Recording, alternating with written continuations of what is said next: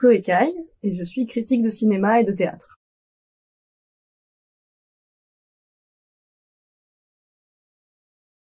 Alors je suis rentrée à la Sorbonne Nouvelle quasiment après le bac. J'ai fait quelques mois de prépa Hippocagne, ce qui ne m'a pas du tout réussi. Je voulais vraiment faire du cinéma. Et Hippocagne était beaucoup trop scolaire pour moi. C'est pour ça que j'ai voulu aller directement vers l'université. Et donc je suis rentrée en L1 de cinéma audiovisuel à la Sorbonne Nouvelle. Et j'ai tout de suite aimé beaucoup ça. Donc j'ai continué toute la licence et puis ensuite en master. Ce qui m'a permis ensuite de me diriger vers le cinéma plus dans l'aspect théorique, l'aspect critique et le journalisme, en créant un site, en écrivant pour d'autres journaux et en chroniquant pour quelques émissions télévisées.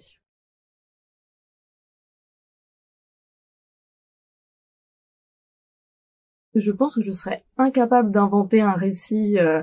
Des récits d'imagination, ça m'a jamais captivé. J'aimais bien les commentaires de texte ou tout ce qui était très analytique. Tout ce qui est très théorique, en fait, ça m'a fasciné. Moi, ici, je préférais les cours d'histoire du cinéma, d'esthétique, de théorie. Et j'aime beaucoup écrire. Bon, la prépa m'a pas réussi, mais j'aime énormément l'écriture. Et donc, ça permettait de combiner un peu les deux, d'avoir la passion pour le cinéma et la passion pour l'écriture, l'analyse, essayer de comprendre un petit peu ce qui me plaisait dans le cinéma aussi. Parce qu'en écrivant, il y a quelque chose d'un peu thérapeutique. J'en apprends un peu sur moi, sur ce qui me plaît dans le cinéma, et sur ce qui va plaire aux autres, ce qui va résonner un petit peu chez les lecteurs.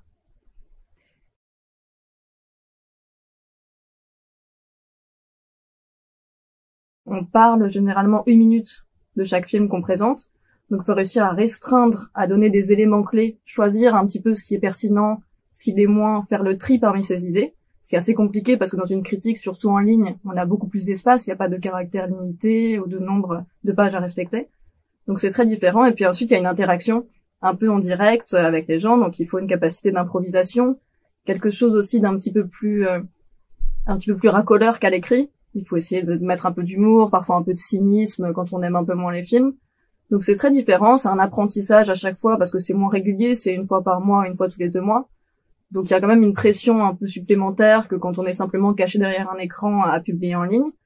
Mais c'est quelque chose qui me plaît énormément. Ça permet d'avoir une relation un peu plus directe avec d'autres journalistes parce qu'en écrivant, on n'a pas de retour sur ce qu'on écrit. Alors que là, en direct, on peut voir un petit peu mieux ce que les autres en pensent, avec quoi ça va faire écho, et ce que les autres trouvent pertinent ou non.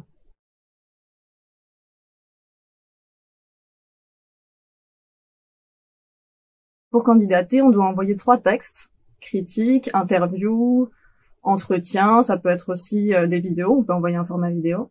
Il faut seulement qu'il y ait une critique de film récent, ça c'est le seul impératif.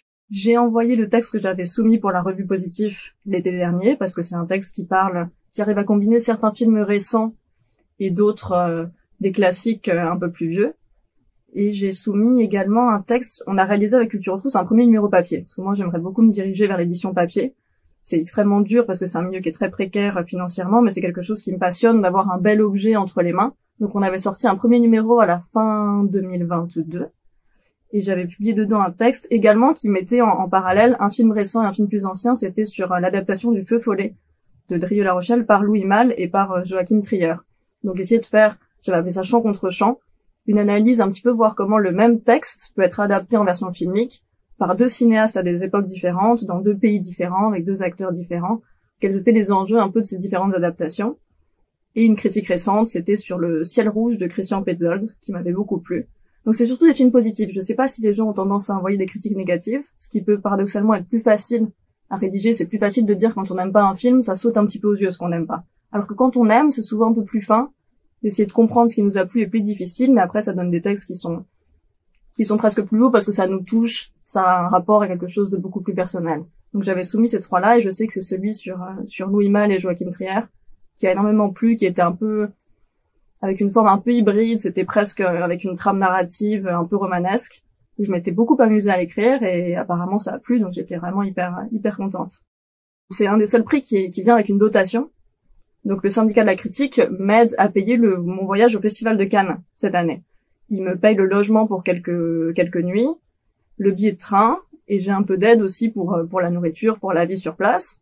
Et ça me donne aussi accès, je vais être membre du jury au Festival de La Rochelle un peu plus tard. Donc c'est moi qui remettrai le prix jeune critique à quelqu'un d'autre au Festival de La Rochelle.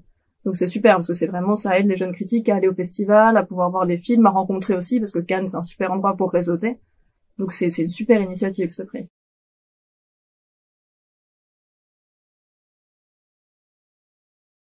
Le numéro papier, effectivement, c'est quelque chose qui m'attire beaucoup. C'est vrai que le problème, c'est financièrement, c'est pas toujours viable, parce que Culture aux trousses, on est tous bénévoles. En fait, le milieu de la critique, faut pas trop le romanticiser. En fait, c'est vrai que personne ne gagne sa vie. On est quasiment tous bénévoles. Donc, c'est surtout une perte d'argent. Mais donc, c'est un souhait qui est vraiment un peu utopique, mais qui va rien me rapporter du tout, parce que Culture aux trousses, c'est bénévole. Positif, c'est également bénévole. Donc, il y a que le cercle, les milieux un peu télévisés qui peuvent rapporter quelque chose. Mais c'est quand même ça, je crois, quelque chose qui va se faire, parce qu'avec les 10 rédacteurs, si chacun met un peu de son énergie et un peu de ses moyens, je pense qu'on peut y parvenir. Et un autre projet que j'aimerais bien mener à terme est celui d'un livre sur lequel je travaille depuis quelque temps, sur la comédie musicale, qui est mon genre vraiment de prédilection que j'aime beaucoup, qui malheureusement a l'air d'être un petit peu délaissé par les gens de ma génération. Je sais que pas beaucoup de monde aime la comédie musicale. Et j'aimerais bien justement remettre ça, essayer d'expliquer en fait pourquoi il y a toujours des comédies musicales qui sont très actuelles, qui sont sur des genres musicaux qui peuvent être en rap, qui peuvent parler à des générations un peu plus jeunes. Donc là, je travaille sur 2 livres en fait, un album illustré sur la comédie musicale, en partenariat avec une dessinatrice qui avait déjà travaillé avec nous pour le numéro papier, et un livre plus historique sur Fred Astaire et Ginger Rogers.